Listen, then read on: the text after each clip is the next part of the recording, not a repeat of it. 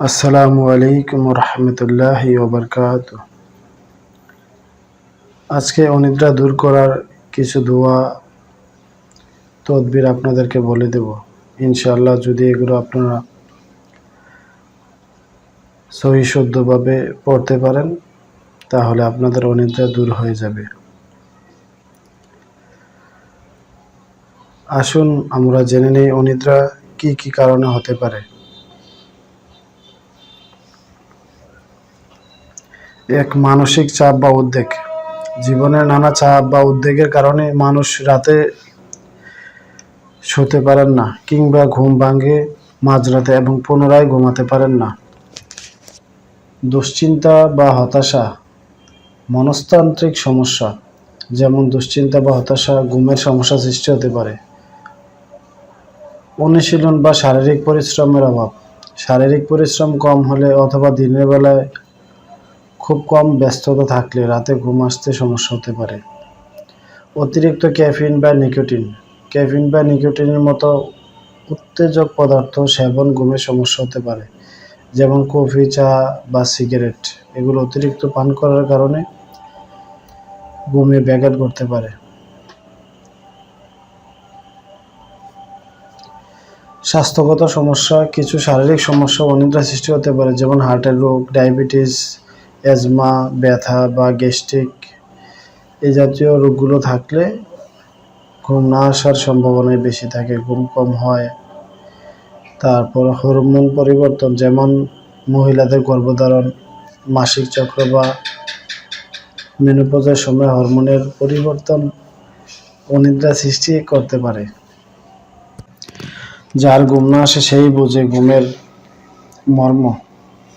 আসুন আমরা আর কালক্ষেপণ না করে এখনই আয়াতগুলি শুনে নিই এবং আয়াতগুলি দেখি। আমরা যারা পড়তে পারি পড়ে নিব, আর যারা পড়তে না পারি ইউটিউব থেকে আপনারা এই আয়াতগুলো পড়ে নিতে পারবেন বা শুনে নিতে পারবেন।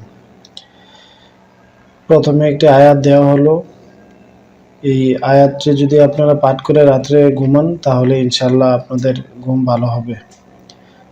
তবে এশার নামাজের পরে 11 বার পড়বেন। পরে হাতের তালুতে কিছু পরিমাণ তেল নিয়ে তেলের মধ্যে ফু দিয়ে ওই তেল মাথায় দিয়ে তারপর ঘুমাবেন। ইনশাল্লাহ আপনাদের ঘুম চলে আসবে।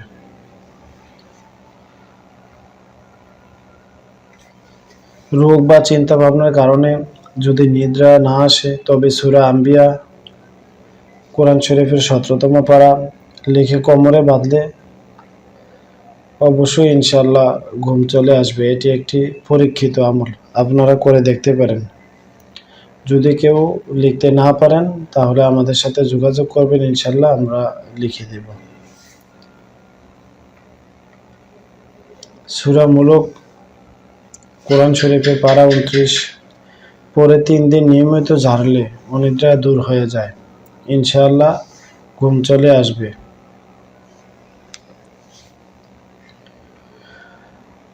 অনিদ্রা ও অস্থিরতা দূর করার তদবির, বিছানায় শুয়ে নিম্নোক্ত দোয়াটি পাঠ করবে, ইনশাআল্লাহ ভালো ঘুম হবে। দোয়াটি আপনাদের উদ্দেশ্যে দিয়ে দেওয়া হলো, যারা পড়তে পারেন পড়ে নেবেন, যারা না পড়তে পারেন ইউটিউব থেকে দেখে নেবেন।